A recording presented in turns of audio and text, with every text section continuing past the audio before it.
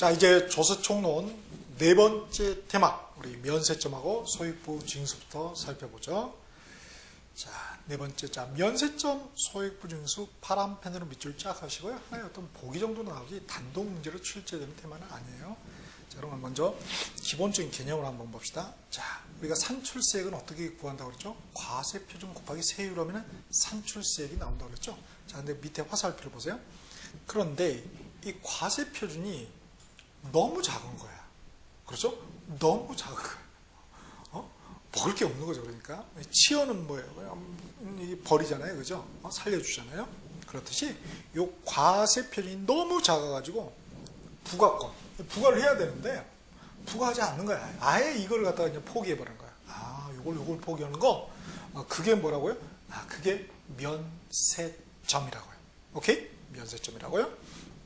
자, 그런데 이제 과세표는 작지는 않은데 곱해줬는데 산출세액이 나왔는데 이 세액이 너무 작은 거야. 세액이. 자, 그런 경우는 아예 징수를 하지 않습니까? 그렇죠? 요거는 이제 요거하고 관련된 거죠. 그래서 요 징수권을 포기하는 게 뭐예요? 그게 바로 소액부 징수다. 부 아니 부자 징수하지 않는다는 거죠. 그죠? 그래서 이렇게 구별을 해야 되겠죠? 그래서 무엇을 포기하느냐? 요거 좀 개념을 구별하셔야 되겠습니다. 자, 면세점은 뭘 포기한 거예요? 부과권. 그죠? 그 다음에 소액부 징수는 징수권을 포기하는 거죠. 그래서 좀 다르죠, 개념이. 자, 그래서 밑에 이제 표로 깔끔하게 정리가 되어 있습니다. 여기서 볼 거는 그 해당 세목이라는 두 번째 칸에 보시면, 자, 취득세. 자, 검정펜 밑줄 보시고요. 자, 취득세는 과세표준이, 즉, 취득세의 과세표준 취득의 가액이거든요. 그래서 이 과세표준 취득가액이 50만원 이하이면 어떻게 된다고요? 부과권을 아예 포기한다고요. 그래서 면세점이 된다는 것입니다. 그래서 거기 50만원 검정펜 밑줄 하시고요.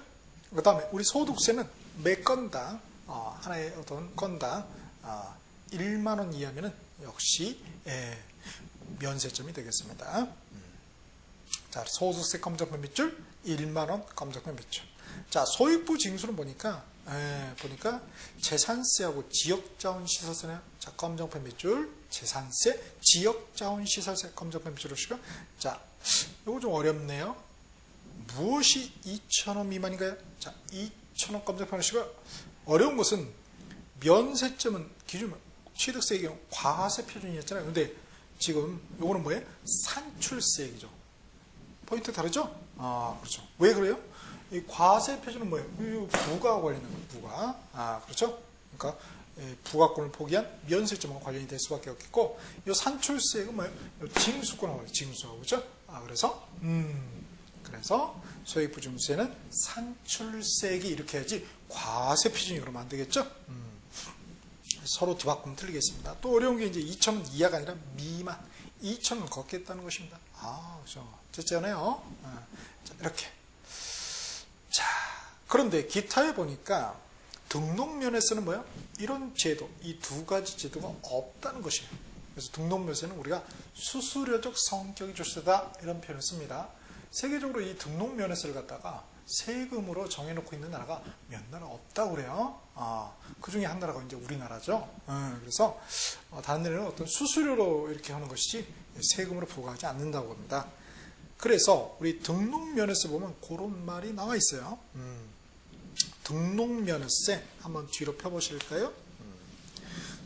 두 번째 페이지 보시면은 등록면에서 성격 이렇게 나와 있을 것입니다. 날개박스. 자, 여기서 쭉 보시면 1번부터 해서 12번까지 쭉 동그라미 되어 있죠? 그 중에 11번째 동그라미 보면 수수료적 성격의 조세다. 이렇게 되어 있죠? 수수료적 성격의 조세다. 그게 그 말입니다. 그렇죠? 다 겁니다. 왜? 글씨 쓰는 값이잖아요. 등록, 글씨 기록 오는 거잖아요. 잉크값 받으려고. 잉크 다 들었잖아요. 비싼 놈인데 싼 놈인데 써주기는 다 써야 되잖아요. 그러니까 다 걷는 거예요. 오케이? 자, 다음. 다섯 번째 테마, 가산세 가산문입니다. 가산세 가산 형광펜으로 밑줄 쫙 단독 문제로 가끔 출제가 되죠. 자, 여기 출제자 의도는 가산세하고 가산금의 세부 내용을 구별해 이해할 수 있겠는가, 그리고 각 세목에 또 적용해서 이해할 수 있겠는가 싶습니다. 그것을 갖다가 구별해 내겠는가. 결국은 또 지방 구별이죠. 자, 보시면은 여기에 보이십니까? 가산세라는 거하고, 그렇죠? 가산세가 여기 있네요. 또 하나가 가산금이라는 놈이 여기 뒤쪽에 있죠. 그렇죠? 발생이 좀 다르죠? 자, 그래서 이 가산세라는 것은 어디에 있는, 신고 납부하는, 요 신고 납부하는 세목에 가산세라는 게 있을 수가 있는 것이지, 우리 보통 징수의 경우는 뭐예요? 가산세가 있을 수가 없는 거죠. 왜? 애초부터, 그죠? 고지서 날아가는 거니까. 오케이? 자, 그래서 이 가산금은 고지서 이후의 일이고요. 가산금은 이 고지서, 가산세는 고지서 전의 일이죠. 이렇게 흐름도상 어떠한 차이점이 있는지 이해하시고, 그 다음에 뭐 개념 자체도 보면은 이 가산세는 세자가 붙었잖아요. 그러니까 뭐예요? 세금입니다. 그에 반해서 가산금은 뭐예요? 세자가 안 붙었잖아요. 그러니까 뭐예요? 세금이 아닙니다. 조세가 아닙니다. 자, 그런 거. 그래서 요거는 이제 고지서, 국가도 과세권자도 먹고 살아야 될 거 아니에요? 그렇죠. 미리 걷었으면 과세권자도 자기 가지고 있는 게 아니라 은행에 넣어놓지 않습니까? 이자가 붙잖아요. 그렇죠. 그 이자, 그것도 연체료 이런 성격으로 보시면 돼요. 자, 이렇게 여기 가산금이라는 것. 자, 그럼 한번 봅시다. 자, 첫 번째 표 보니까 가산세 가산금 해놓고, 자, 검정펜 밑줄을 그을까요? 가산세. 자, 신고 납부 의무 불이행이다. 검정펜 밑줄. 자, 신고 납부 의무 불이행에 대해서, 그렇죠? 제재하는 거죠. 어떤 벌과금적 성격의 조세, 세금이 되겠습니다. 자, 그에 반해서 가산금은 뭐예요? 자, 연체이자죠. 자, 연체이자다. 검정펜 밑줄. 자, 가산세는 세금에다 검정펜 밑줄을 치고, 요거는 연체이자다. 하나는 세금이고 하나는 연체이자로 알 수 있겠죠. 자, 그러니까 요 재산세하고 종합부동산세, 요거는 가산세가 있을 수가 있어 없어? 없죠, 그죠? 신고납부 세목이 아니기 때문에 원칙적으로. 자, 그래서 가산금만 있을 수 있습니다. 그에 반해서 여기 신고납부 세목인 얘들 있잖아요. 취득세, 등록세, 양도세, 요거는 가산세는 당연히 있을 수가 있겠고요. 또 뭐도 있을 수 있어요? 가산금 있을 수 있습니까? 있을 수 있죠. 왜? 안 하면 어떻게 된다고요? 과세권자가 부과 징수를 고지서 날려보낸다고요. 통지한다고요. 그래도 안 냈어. 고지서에 찍힌 기한까지. 그러면 그때 이제 또 가산세가 추가적으로 들어가는 거죠. 이렇게 구별해 두셔야 됩니다. 자, 그럼 한번 보죠. 다음 페이지 보면 이제 깔끔하게 정리가 되어 있죠. 자, 각 세목별로 우리 가산세 해가지고, 가산세는 당연히 이 세목에서만 언급될 수밖에 없겠죠. 그렇죠? 그러니까 취득세, 등록면세, 양도세 이렇게 기술이 되어 있습니다. 자, 취득세는 보니까 신고 불성실 가산세가 있네요. 신고 불성실 가산세, 그렇죠? 신고해야 되는데 불성실에, 납부해야 되는데 불성실에, 그러니까 이 두 가지의 가산세가 있을 수가 있겠네요. 신고 불성실, 납부 불성실 가산세가 있습니다. 자, 그럼 한번 먼저 우리가 요거를 생각해 볼 필요가 있죠. 우리 신고라는 거. 그래서 뭐라고요? 네, 신고라는 거. 요 신고라는 개념도 조금 넓혀서 한번 보죠. 넓혀서. 자, 어떻게 보냐면요. 신고를 갖다가 하는 경우도 있고 하지 않는 경우도 있겠죠. 그렇죠? 자, 신고를 하는데 또 두 가지로 쪼개질 수 있어요. 과소 신고할 수도 있고요. 또 뭘 수도 있어요? 과대, 너무 많이 신고하신 이 착한 분들이 계시죠. 그렇죠? 본심 착한지는 모르겠지만 여하튼, 자, 이런 경우가 있단 말이에요. 자, 그런 경우에 이제 뒤에 발생되는 일을 뭐라고 부르나 이거예요. 그죠? 당연히 과소 신고는 뭐겠어요? 저 잘못 신고했어요. 수정해서 다시 신고하겠게요. 그래서 수정 신고라는 게 있습니다. 과대 신고는 뭐예요? 과다 신고는. 과대는 과장하고 과다라고 쓰는 게 더 나을 것 같아요. 과다 신고는, 자, 뭐를 하냐면은 말이죠. 경정 등을 청구하게 돼요. 뭘 청구돼요? 경정, 고쳐달라고. 그죠? 그걸 청구합니다. 이걸 자기가 다시 수정해서 신고하면 되고. 자, 이렇게. 자, 그 다음에 신고를 안 했어요. 그죠? 신고를 안 하면 나중에 뭐 할 수 있어요? 그렇죠. 기한이 지난 다음에 기한 후 신고를 할 수 있죠? 얘들은 신고를 한 거고 얘는 신고를 안 했어요. 따라서 이렇게 지금 우리가 보고자 하는 테마가 바로 기한 후 신고라는 거예요. 기한 후 신고. 기한 후 신고는 언제 나온 거예요? 신고를 하지 않은 경우에. 신고를 한 경우에 기한 후 신고라는 말은 나올 수가 없네요. 그렇게 절차적으로 한번 우리가 구별을 해둘 필요가 먼저 있겠습니다. 자, 그래서 봅시다. 자, 취득세, 신고 불성실 가산세 보니까요. 산출세액이나 부족세, 그죠? 걔는 몇 프로? 20% 뭐를 붙어요? 가산세가 붙습니다. 자, 그런데 기한 내에 신고 안 하면 그렇다는 거예요? 그런데 기한 후라도 이렇게 신고를 해줬어요. 언제까지? 이 고지서가 아직 발송되기 전까지. 그러면 과세권자 입장에서는 걔가 이뻐 보여? 납세의무자가 기한 후 신고한 납세의무자가 이뻐 보여? 미워 보여? 그렇죠. 이뻐 보이죠. 왜요? 일을 덜어줬잖아요. 고지서 발송, 귀찮은 일을 덜어줬으니까, 이쁘니까. 이쁜 놈 뭐 하나 더 줘요? 그렇죠. 떡 하나 더 줘야죠. 그래서 어떻게 됩니까? 자, 거기 기한 후 신고를 하면은 신고 불성실 가산세 50% 깎아준다고요. 그렇군요. 그래서 원래 20%인데 결국 뭐예요? 10%만 내면 되겠죠? 이렇게 된다는 거. 자, 그런데 주의할 게 말이죠. 주의할 게 경감 또는 감면 50% 경감을 해주는데 이게 좀 어렵습니다. 먼저 법정 신고 기한이 지난 후 1개월 이내입니다. 법정 신고 기한이 지난 후 1개월 이내.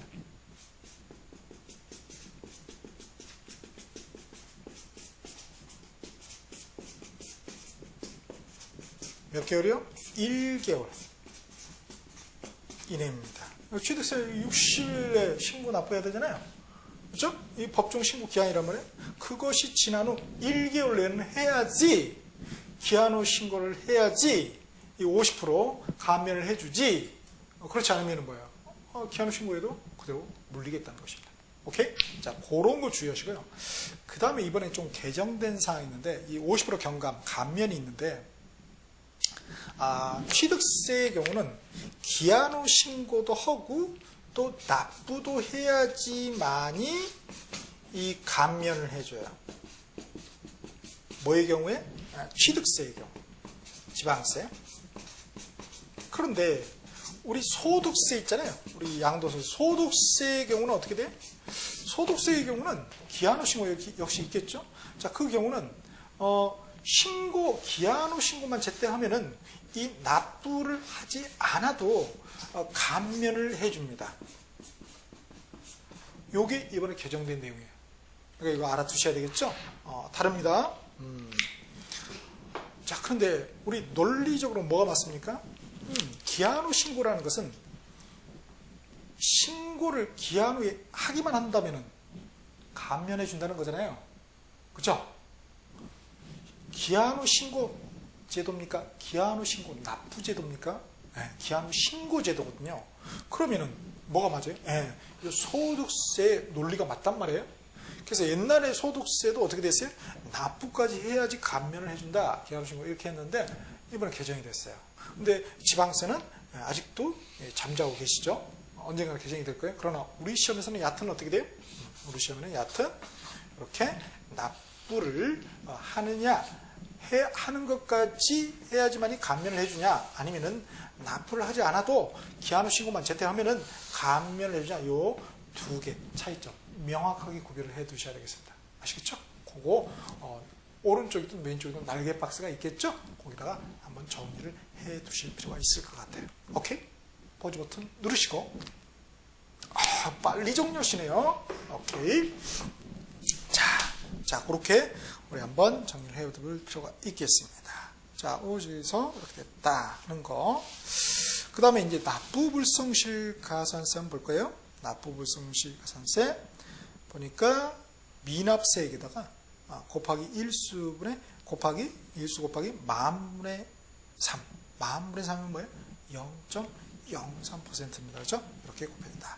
그리고 이제 취득세는 또 무겁게 매기는 또 중가산세 제도도 있다는 거. 맞죠? 이건 이제 우리 취득세편에서 보자고요. 그 다음에 이제 등록면에서도 취득세가 동일한데 이제 중과산세 제도가 없다는 거 그거 주의하시고, 그 다음에 우리 양도소득세 보죠. 자, 신고 불성실 가산세. 자, 뭐라고 되죠? 산출세액이다. 40, 20%, 10% 곱해준다 이렇게 되어 있는데요. 자, 개정됐습니다. 선생님 뭐가요? 잘 보세요. 곱해주는 앞에 놈이 달라요. 자, 신고 불성실 가산세는 뭐에다 20%를 곱해준 거야? 산출세액에다 20%를 곱해주죠. 그런데 이번에 양도소득세는 개정이 됐습니다. 그렇죠? 개정이 됐어요. 어떻게 해요? 네. 산출세액이 아니라 납부세액이죠. 산출세하고 납부세는 물론 같을 수도 있지만 복잡한 절차적으로 보면 다르잖아요. 그죠? 자, 그래서 거기 산출세액, 양도세, 신고불성실 가산세, 산출세액 이렇게 돼 있죠? 그 산출을 갖다 납부로 수정을 했어요. 납부로.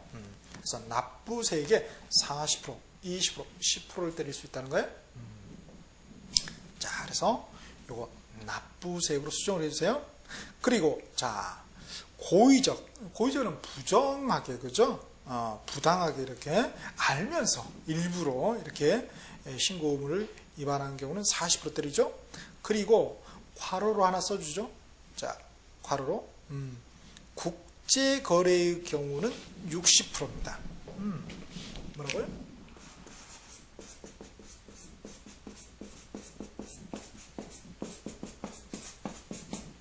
60%. 우리 시험에서는 이제 100분의 60 이렇게 나오겠죠? 60% 거기다 하나 써둡시다. 이것도 개정됐어요. 그렇죠? 그러니까 원칙적으로는 양도소득세, 그죠?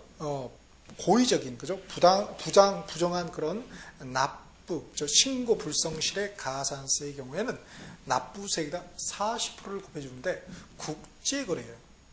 그러면 국제거래는 규모가 작을까요? 클까요? 국제범죄에도 크잖아. 좀 커요. 그러니까 뭐 크게 물리겠다 그만큼. 그래서 국제거래의 경우는 60%, 100분의 60을 곱해줍니다. 납부세액에. 자, 그거 주의하시고요. 그 다음에 일반 단순한 무신고는 20%, 단순한 과소신고는 10% 이렇게 오고, 그 다음에 이제 납부 불손실은 똑같죠? 이렇게. 그 다음에 오른쪽에 보면 이제, 자, 그러면 밑에 이제 적용 세목이, 자, 검정펜 밑줄입니다. 취득세, 등록면에서 양도소득세, 검정펜 밑줄 짜가시고. 오늘 우리는 그것만 외우면 되겠죠, 그렇죠? 요거잖아요. 흐름도상 이해하면 그렇게 또 어렵지도 않습니다. 그렇게 한번 요거를 적어주시면 되겠어요. 자, 밑줄 돼 있고요. 자, 그래서 거기 가산세 기한 후 신고라고 돼 있는데죠. 자, 거기다 빨간 펜 밑줄 봅시다. 기한 후 신고가 종종 시험 잘 나오거든요. 자, 빨간 펜 밑줄 그자고요. 다음. 그래서 이제 이렇게 그러면은 기한 후 신고는 언제까지 가능합니까? 과세권자가 이 결정 통지하기 그 전까지 가능하다는 것. 그렇죠? 전까지 기한 후 신고가 가능하다는 것. 그것도 주의를 하시면 되겠습니다. 다음 가산금 있죠. 자, 가산금은 다르다고 그랬죠. 연체이자다. 그래서 일반 가산금이 있고 또 중가산금이 있지 않습니까? 자, 일반 가산금, 중가산금 검정펜으로 밑줄 짝 갑시다. 자, 똑같네요. 체납세액의 3%. 우리 시험은 이제 100분의 3 이런 식으로 표현이 되겠죠. 자, 3%라는 것. 그 다음에 이제 중가상금은 뭐예요? 그래도 간이 배 밖으로 나오신 분이죠. 자, 일반 가상금도 안 내. 그러면 이제 무겁게 때립니다. 그래서 매월 1.2%. 그러니까 뭐예요? 1,000분의 12가 되겠죠. 시험에서는 아마 1,000분의 12라는 표현이 나올 겁니다. 자, 1,000분의 12 곱하기 어떻게 되면 경과, 월수. 그러면 뭐예요? 최고 60개월 한 부과한다. 그 이상은 부과하지 않습니다. 왜? 그때는 진짜 뭐예요? 나 죽여라 그러니까. 그죠? 이렇게 어떤 사람의 심리를 잘 읽는 것 같아요. 그래서 최고 60개월 한에서 부과한다. 그런데 중과상금을 또 적용하지 않는 경우가 있습니다. 비적용돼 있죠? 그래서 뭐예요? 지방응세는 체납된 조세가 뭐예요? 30만 원 미만입니다. 30만 원 미만이면 아예 뭐예요? 중과상금이 적용. 일반 가상금은 있겠지만 중과상금은 적용되지 않습니다. 왜? 배보다 배꼽이 더 크니까. 그래서 배보다 배꼽이 더 큰 경우는 중과세금 적용하지 않겠죠. 즉 걷는 세금보다 관리 비용이 훨씬 크다는 거예요. 그 다음에 국세는 뭐예요? 보니까 100만 원 또 미만이죠. 그죠? 30, 100 이런 숫자 우리 알아두셔야 되겠습니다. 30만 원, 100만 원 미만 이렇게. 자, 그러면은 우리 주의할 게 있는데요. 이런 경우는 어떻게 될까요? 우리 뭐냐면은 이런 경우 있을 수 있죠. 재산세, 보유 단계 재산세가 있고 또 어떻게 됩니까? 보유 단계 재산세 이제 부가세가 지방교육세가 있고 거기에 재산세, 고지세 함께 병기될 수 있는 병기세가 뭐였죠? 그렇죠. 지역자원시설세가 있었죠. 그래서 보니까 병기할 수 있잖아요. 재산세 고지서를 보니까 이렇게 돼 있어요. 고지서 이렇게 나왔단 말이에요. 세금 고지서가 재산세 근데 29만 원 이렇게 딱 해서 저희들이 부가 결정해서 딱 통지까지 고지해 놨어요. 그렇죠? 그 다음에 뭐가 있다요? 지역 자원 시설세가 있어요. 그죠? 지역 자원 시설세. 자, 이거는 뭐 10만 원에 한번 해볼까요? 10만 원. 하고 가정을 해봅시다. 자, 이러한 경우는 과연 중과상금 제도가 적용이 될까요? 안 될까요? 고지서? 근데 지금 둘 다 지방세잖아요. 지방세는 얼마요? 30만 원 미만이면 중과상금이 적용이 안 된다는 거잖아요. 자, 그러면 이 두 개를 더하면 뭐예요? 39만 원. 30만 원이 넘네요. 그죠? 30만 원 이상이니까 중과상금이 적용이 될 것도 같고, 각각을 보면 어떻게 됩니까? 이 30만 원이 각각 안 되잖아요. 이거 고민이네. 여러분은 어떻게 하시겠습니까? 그 기분에 따라서 그럼 난리 나죠? 자, 이 경우는 각각의 세금에 대해서 적용한다. 고지서 기준이 아니라 뭐예요? 이 조세 기준이다. 조세. 그죠? 조세를 기준으로 한다는 거예요. 각 세목을. 그러면 이거는 중과상금 29만 원이니까 적용이 안 되겠네요? 이것도, 그죠? 30만 원 미만이니까 적용이 안 되겠다. 자, 이런 경우는 중과상금, 이런 고지서를 받으면 중과상금은 없다. 이렇게 또 우리 사례를 통해서 이해할 수 있어야 되겠습니다. 오케이? 자, 그렇게 우리 정리를 했고요. 그 다음에 이제 가산금 제도는 재산세하고 종부세 있을 수 있죠? 자, 재산세, 종부세, 검정펜을 밑줄로 하시고요. 그 다음에 당구 표시 보니까 신고납부 세목의 경우에도 끝내 신고납부하지 않아. 그럼 어떻게 된다고요? 과세권자의 개입해서 부가 징수를 한다고. 그래서 결정 총지한다고요. 그렇죠? 자, 그런 경우에는 뭐예요? 가산금이 있겠죠? 그렇죠. 자, 그런 거 주의하시면 되겠습니다.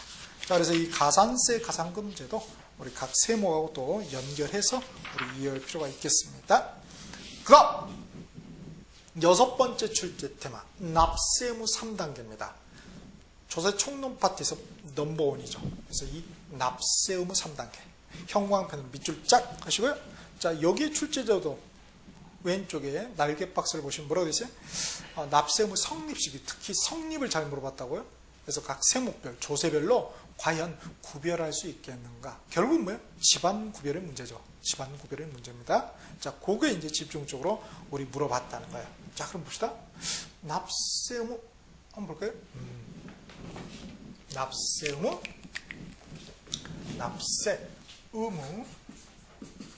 3단계. 이게 거의 매년 출제가 되죠. 자, 첫 번째 단계가 뭐라고요? 성립. 두 번째가 확정. 세 번째가 뭐예요? 소멸의 단계를 거치더라. 자, 성립은 뭐랬더라? 세금 계산 가능 시점이고, 여기는 뭐예요? 세금 계산 시점이고, 여기는 뭐예요? 세금 소멸 시점이라는 거. 자, 그러면 학문적으로 어떻게 접근하는지 한번 봅시다. 자, 그래서 납세의무 3단계 형광펜으로 밑줄 짜으시고, 자, 빨간 펜으로 괄호 1번에 성립, 맨 밑에 괄호 2번에 확정, 다음 페이지 괄호 3번에 소멸, 빨간 펜으로 밑줄 짜으시고요. 자, 납세금 성립시는 뭐라고 했어요? 납세금과 추상적으로 발생하는 것 또는 추상적으로 발생하는 시점 이렇게 되겠죠? 자, 추상적에다가 검정펜. 그에 반해서 확정은 뭐예요? 자, 이거는 확인돼서 정해지는 거죠. 세금이 확인돼서 정해지는 거예요. 계산된다는 거죠. 정해진다는 것은. 자, 그래서 세액을 구체적 개별적으로 확정, 결정하는 것이다. 자, 구체적이다. 검정펜. 구체적. 자, 뭐 소멸이야. 당연히 소멸되는 거죠. 자, 그러면은 거기 성립에 납세금과 추상적으로 발생하는 것에다가 하나 써놓읍시다. 과세 요건이 충족되는 시점. 뭐라고요? 과세 요건이 충족되는 시점. 그거 하나 써놓읍시다. 같은 개념이라고요? 이거 위에 딱 되면 뭐예요? 아, 이때 과세 요건. 그죠? 납세의무자, 과세대상, 과세표준, 세율이 충족되는 시점이 바로 성립식이라는 거예요. 또 하나 적어 놓읍시다. 세금 계산이 가능한 시점. 세금 계산이 가능한 시점. 자, 이렇게 써 놓으시고요. 그 확정에는 컴마 하시고, 세금, 그죠? 세금 계산, 세금이 구체적으로 계산되는 시점. 세금이 구체적으로 계산되는 시점. 계산 시점이라는 거예요. 자, 그러면은 요거를 갖다가 각 조세별로 명확하게 구별할 수 있어야 된다고 했죠? 자, 그럼 봅시다. 세목 조세에 이제 우리 취득세부터 부가, 저 밑에 가산세까지 쭉 돼 있어요.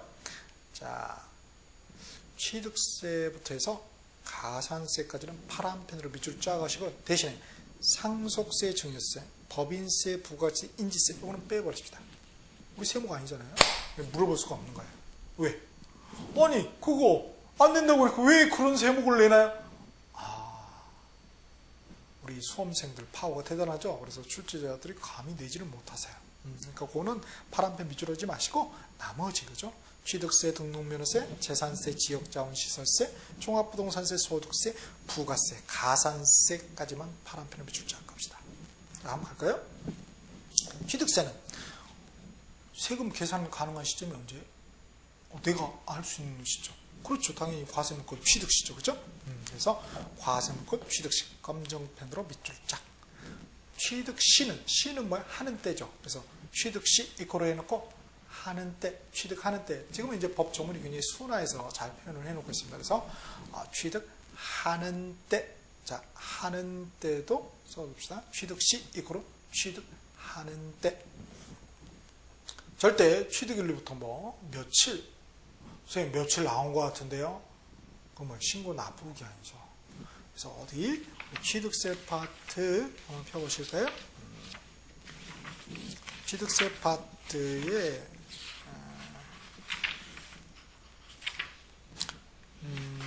어디를 보시면 부가징수라는 9번째 테마, 취득세의 9번째 테마가 부가징수잖아요.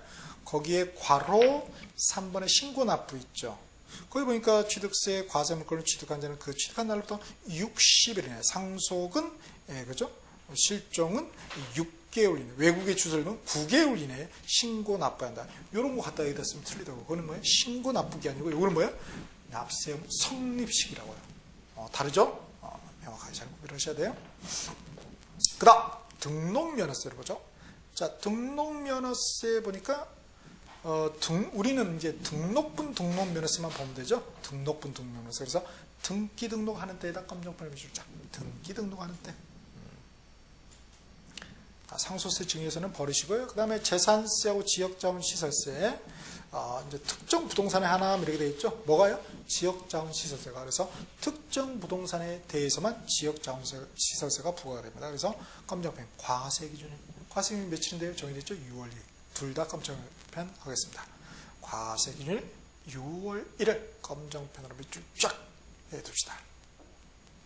그 다음 종합부동산세요. 자, 종합부동산세 어머니 쫓아가겠죠? 어머니가 누구라고? 재산세라고. 그러니까 당연히 재산세 과세기준이 되겠죠? 며칠? 6월 1일. 자, 검정펜 밑줄 하겠습니다. 과세기준이 6월 1일. 그 다음 소득세입니다. 자, 소득세는 원칙적으로 과세기간 종료시에요. 그죠?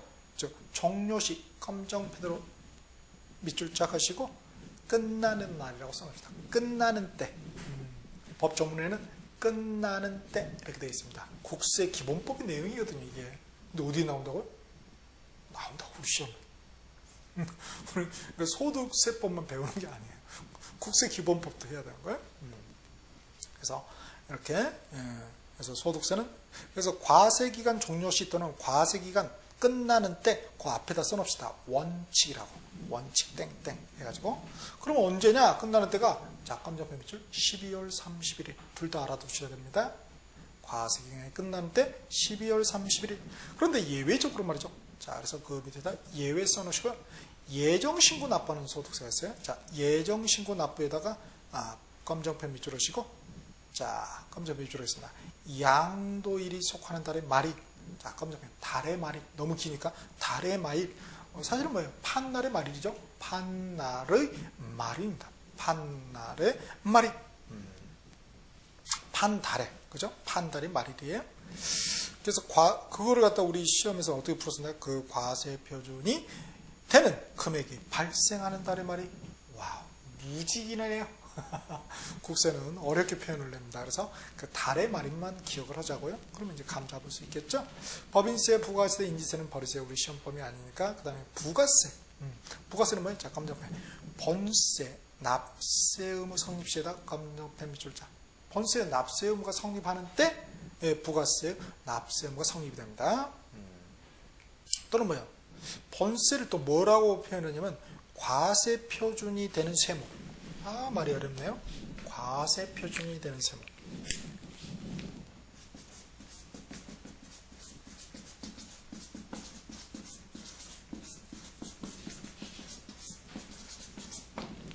또는 조세. 그죠?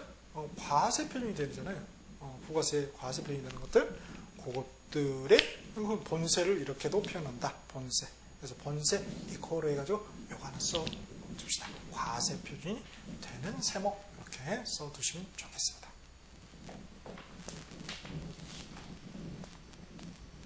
자, 구체적으로 한번 볼까요? 우리가 이제 농어촌 특별세 안 끼는 데가 없죠. 취득, 보유, 양도, 전단계 관련된 세금이잖아요.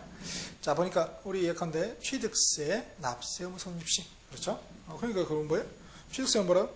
과세 물건 취득하는 때라고 했잖아요. 이렇게.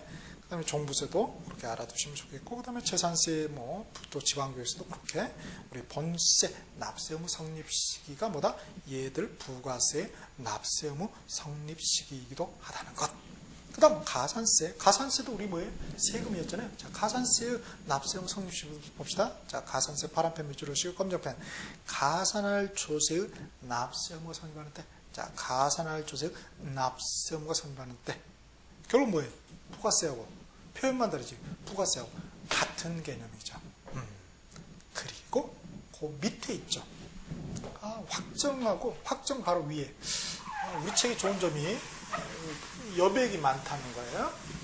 나만의 한번 당구랑 이렇게 해봅시다. 자, 무슨 얘기냐면요. 거기다가 하나 더 적어주자고. 더. 자, 뭘 적으시냐면요. 칸을 하나 더 만드시고 칸을 하나 더 만드세요. 그래서 이거 적읍시다. 가산세 밑에다 칸을 하나 더 만드시고 수시로 부과하여 징수하는 조세. 수시로 부과하여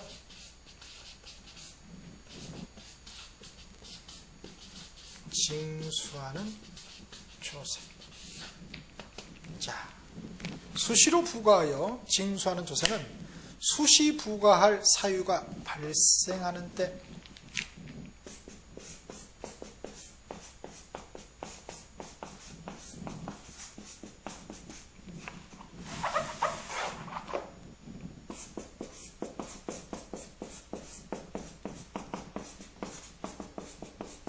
그때 납세 의무가 성립합니다. 그죠?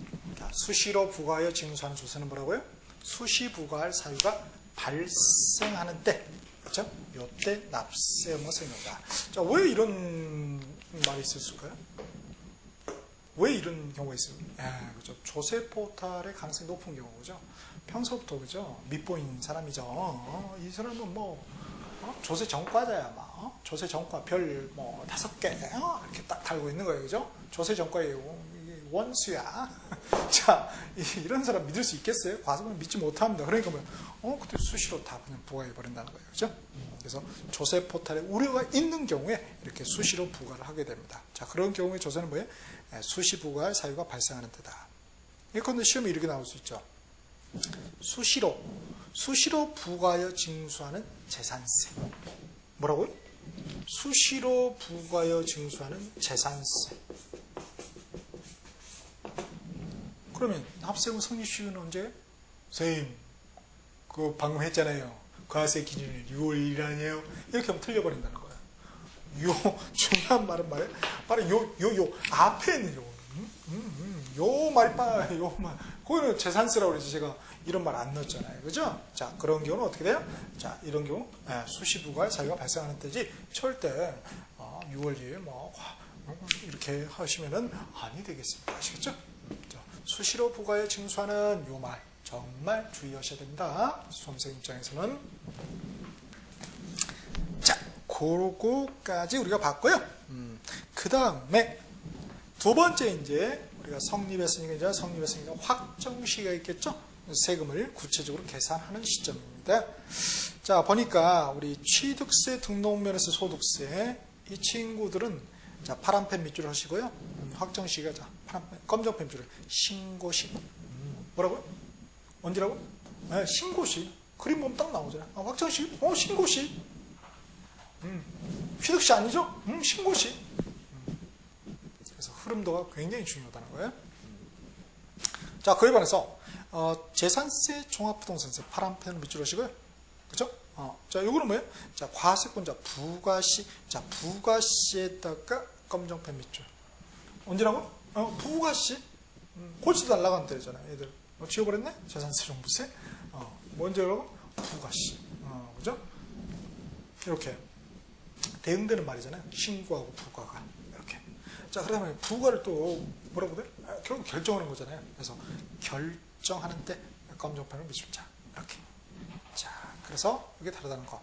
그래서 보니까 기타에 이것들은 뭐예요? 자, 징수 방법에 관련된 내용이죠. 앞에 징수 방법이라는 테마 우리가 정리했습니다.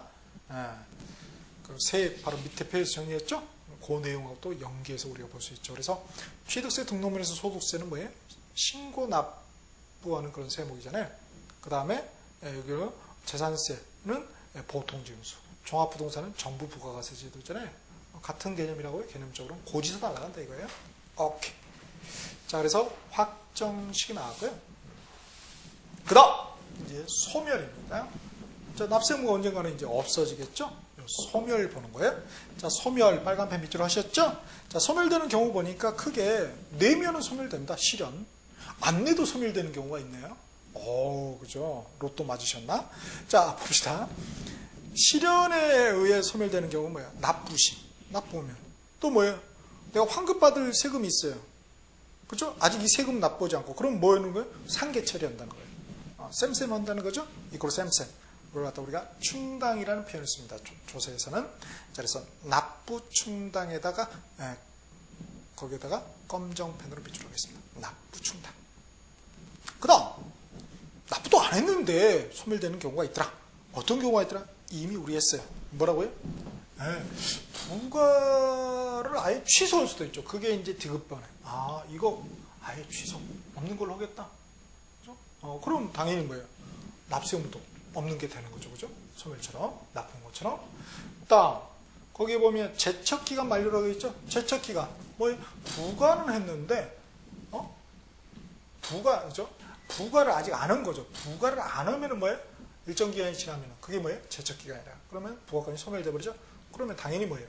부가권이 소멸되니까 당연히 납세 의무도 납부한 것처럼 소멸이 돼 버린다 이거예요. 그다음 우리 징수를 해야 되는데 징수를 안 했어요. 그러면 일정 기간이 되면 역시 소멸이 돼 버린다. 그게 소멸시효라는 거예요. 그래서 이 두 가지가 더 추가가 되는 거죠. 그래서 이렇게 연계되는 거구나. 자, 그래서 거기 제척기간, 소멸시효, 부가취소에다가 검정펜으로 밑줄 쫙 하시고요. 자, 요게 좀 미미하게 개정된 사항이 있습니다. 자, 제척기간 만료에 이제 부가권에 적용한다 이렇게 되어 있죠. 자, 5년에서 15년 이렇게 되어 있어요. 그러니까 못 믿을수록 나쁠수록 기간이 좀 길어져요. 자, 보면은 국세는 뭐 기간 똑같네요. 10년, 7년, 5년, 10년, 7년 지방세나. 자, 보세요. 자, 국세는 말이죠. 국세에서 이번에 그러니까 뭐 사기, 부정포탈, 환급 공제 받는 그런 경우에는 뭐예요? 10년인데 국제거래의 경우는 15년입니다. 뭐라고요? 국제거래의 경우는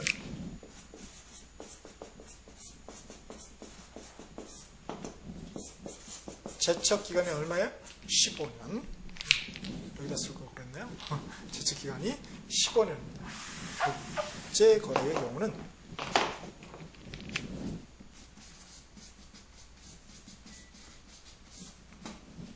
15년이라고 늘어났어요. 이번에. 이게 개정된 사항입니다. 15년짜리가 옛날에는 상속세 증여세만 있었는데 지금은 상속세 증여세 아니어도 그렇죠? 부정포탈 이런 경우에는 국제거래라면은 15년의 제척기간이 적용이 됩니다. 오케이? 뭐 상속세 증여세는 뭐 버리세요 그냥. 뭐 지방세 이렇게 보시면 되겠고, 그 다음 소멸시효 있죠. 이거는 징수권에 적용이 된다고 그랬죠? 그렇죠? 징수권에 제척기간은 부가권에 적용이 되는 것이고, 그 다음에 소멸시효는 요 징수권에 적용이 되는 거죠. 자, 거기에 징수권이 납부기 한 종료일 이길 다음 날부터 5년인데 소멸시효는 5년인데 뭐 다른 거 없죠? 7년, 10년 없잖아요. 5년인데 거기다 하나 써놓으면서 가로로고, 자, 국세가 5억 원 이상인 경우, 국세가 5억 이상인 그런 경우는 몇 년으로 이번에 얘기했냐면 10년이에요. 10년. 하나 써줍시다. 가로로. 국세가 5억 이상인 경우는 10년으로 소멸시효 기간이 늘어난 거죠. 그렇죠? 철저히 세금 걷겠다는 거죠. 자, 우리가 제척기간이라는 말, 그 다음에 소멸시효라는 말 굉장히 어렵잖아요. 요거는 사실 우리 두 번째 공인중개사라는 산에 우리 두 번째 수업인 민법 및 민사특별법 그 민법 파트에서 나왔던 내용입니다. 그 개념은 거기서 정리를 한 거예요. 요거는 이제 납세 의무 관점에서 다시 한번 보고자 하는 거죠. 자, 그래서 여러분 한국어로 따자 1차 가지고 계시다면은 우리 민법의 첫 번째 나무 총칙이죠. 그 총칙의 다섯 번째 출제 테마, 다섯 번째 큰 테마가 무효취소 파트가 있어요. 그거 한번 펴보실까요? 무효취소에 146조가 나올 겁니다. 146조 조문을 보세요. 자, 146조 취소권의 소멸 이렇게 돼 있죠? 취소권의 소멸 이렇게 돼 있잖아요. 그 밑에 보시면은 소멸시효 제척기간 그 표가 나와 있을 거예요. 표. 그래서 차이점이 뭡니까? 소멸시효는 중단 사유가 있죠. 중단이 된다는 거예요. 그에 비해서 제척기간은 뭐예요? 중단이 없다는 거예요. 자, 그거는 무슨 말이냐면요. 예컨대 과세권자가 독촉장을 이렇게 날리잖아요. 독촉장. 그런다 할지라도 제척기간은 계속 진행이 됩니다. 그에 반해서 독촉장을 날리면은 이 소멸시효의 경우는 뭐예요? 중단되고 다시 시작되어 버리는 거예요. 오케이? 그러니까 대부분 어떻게 됩니까? 이 과세권자, 이렇게 이제 과세 관련 공무원들이 제일 무서워하는 게 뭐예요? 감사잖아요. 그래서 요거 걸리면은 자기가 만약에 잘못해 이런 일이 발생되면 뭐예요? 난리 나잖아요. 그래서 어떻게 됩니까? 자기가 떠나기 전에 한 건을 모아가지고 뭐예요? 독촉장 날리죠. 그럼 소멸시효는 뭐예요? 중단되고 다시 이렇게 시작됩니다. 오케이? 그러니까 절대 세금 떼먹을 생각하면 아니 되겠습니다.